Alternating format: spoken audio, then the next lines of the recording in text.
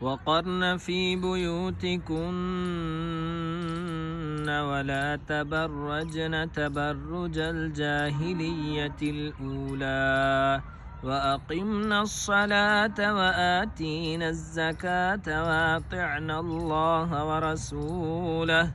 إنما يريد الله ليذهب عنكم الرجس أهل البيت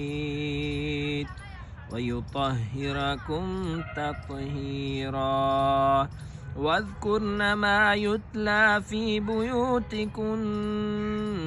من آيات الله والحكمة